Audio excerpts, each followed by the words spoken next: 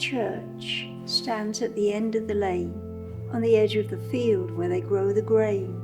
It's very old and it's been there years, so it must have seen its fair share of tears.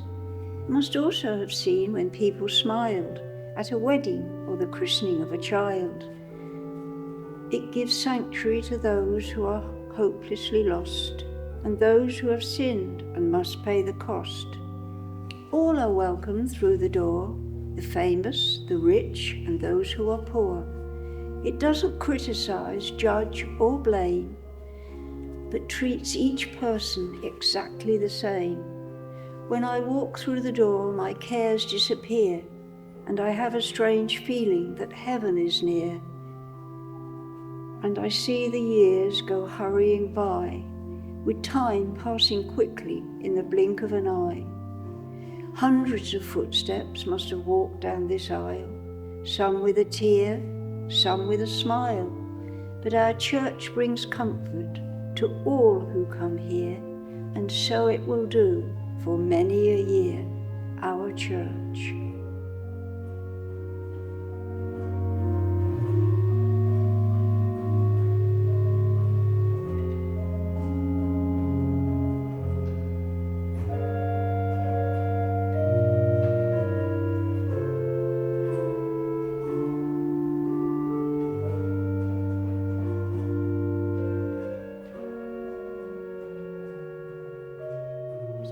Sussex. I was born in the workhouse. I mean, that sounds terrible.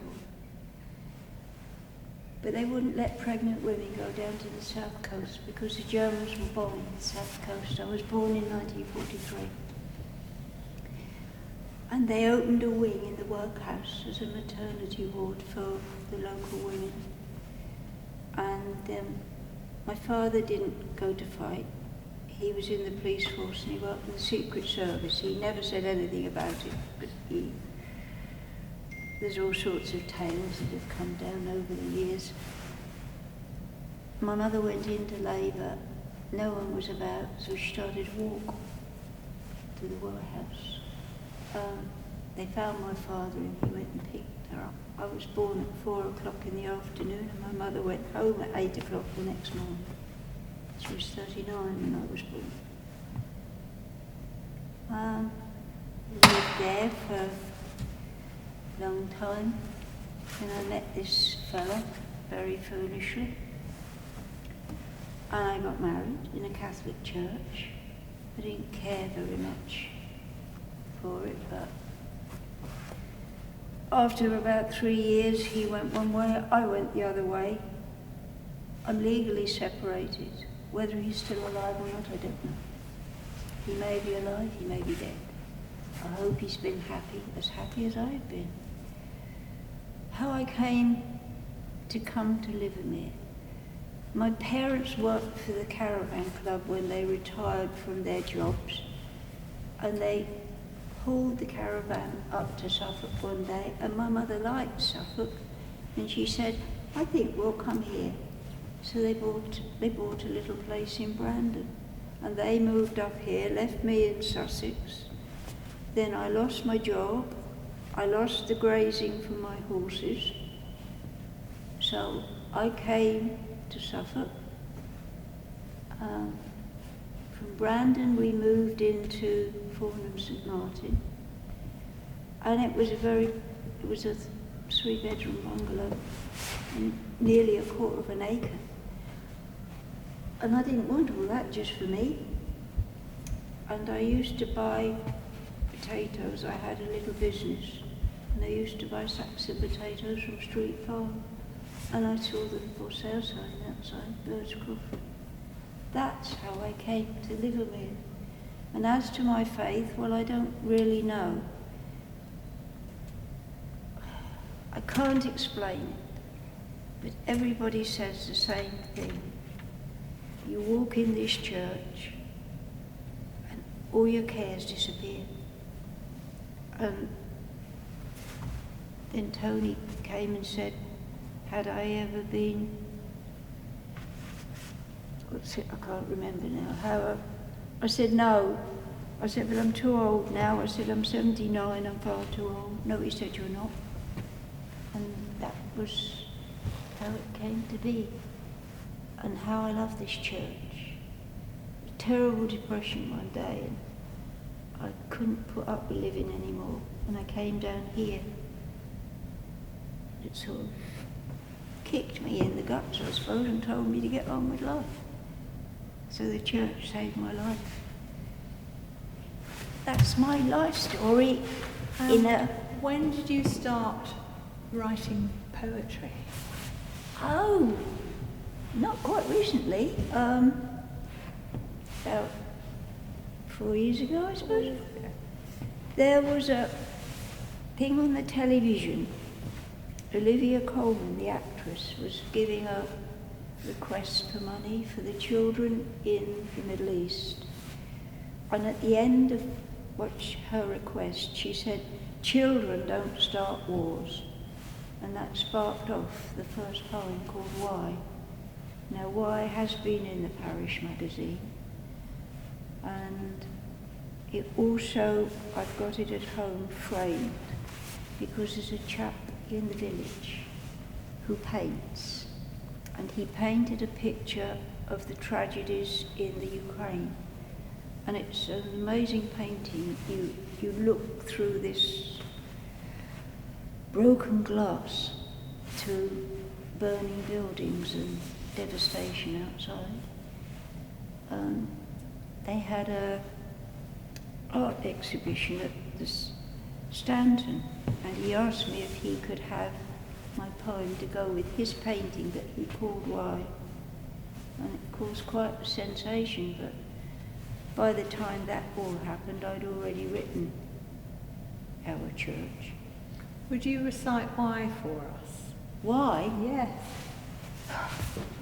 Can I remember it?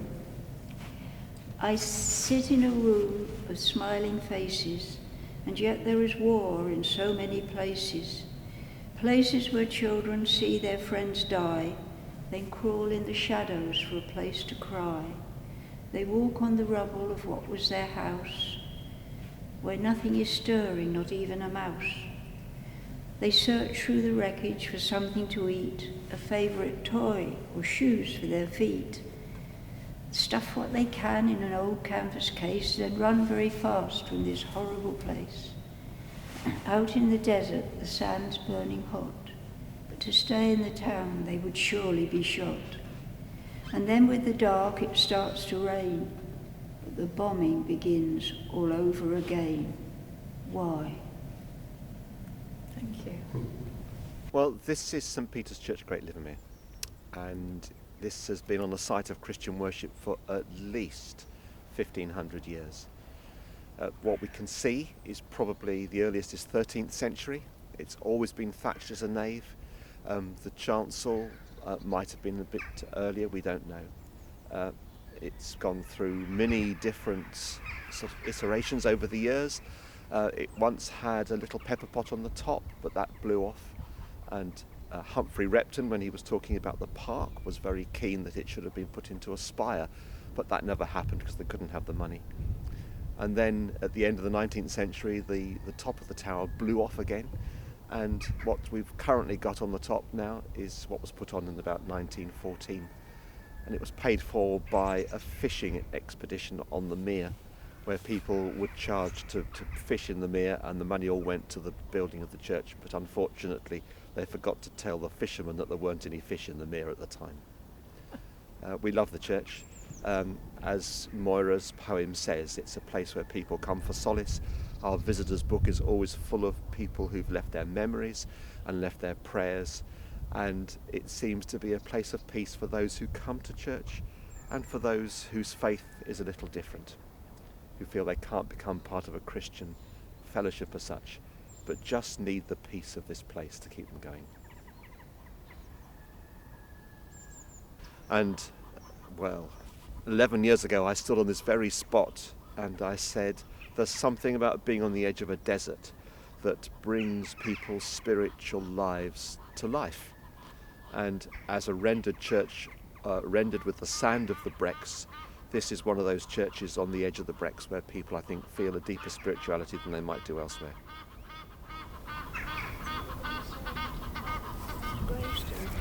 But these are our, in a sense, famous gravestones to William Sakins and to his son. William Sakins says here lies the body of William Sakins. He was falconer to Charles I, Charles II and to James I. And it's a listed monument.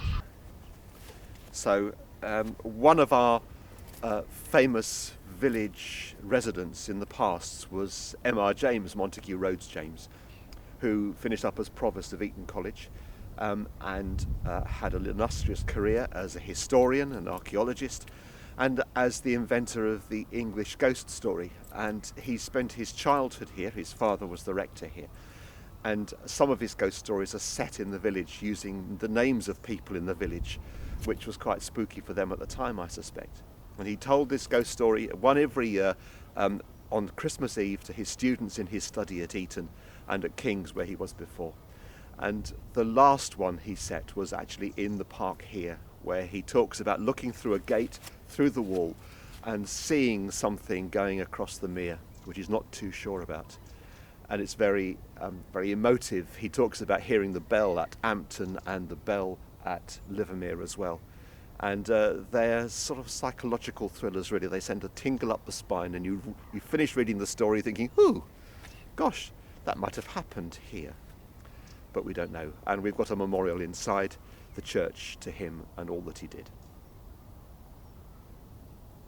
There are several reasons why people think it's the most haunted. One, when you're on the edge of a desert, as I said, that's a very spiritual place to be. It's like a liminal space. I think that's what I called it. And the other is that somebody in the village writes stories about ghosts and people that she's known in the past. And that's how we come to be called the most haunted village in Suffolk.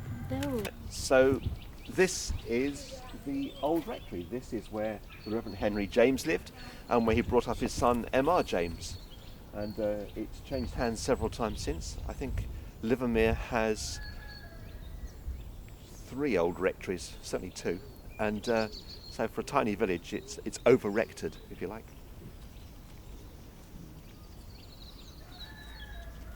He just appeared from nowhere and came to say hello. And just as strangely as he came, it was time for him to go. He wanders through our churchyard in his quaint old-fashioned dress and pauses by a tombstone to give it a sweet caress. Then he hurries on and goes out through the gate, where he turns and waves and says goodbye, and he's sorry he can't wait. And when we turn and look again, there is nobody there. The pathway to the village is empty and completely bare.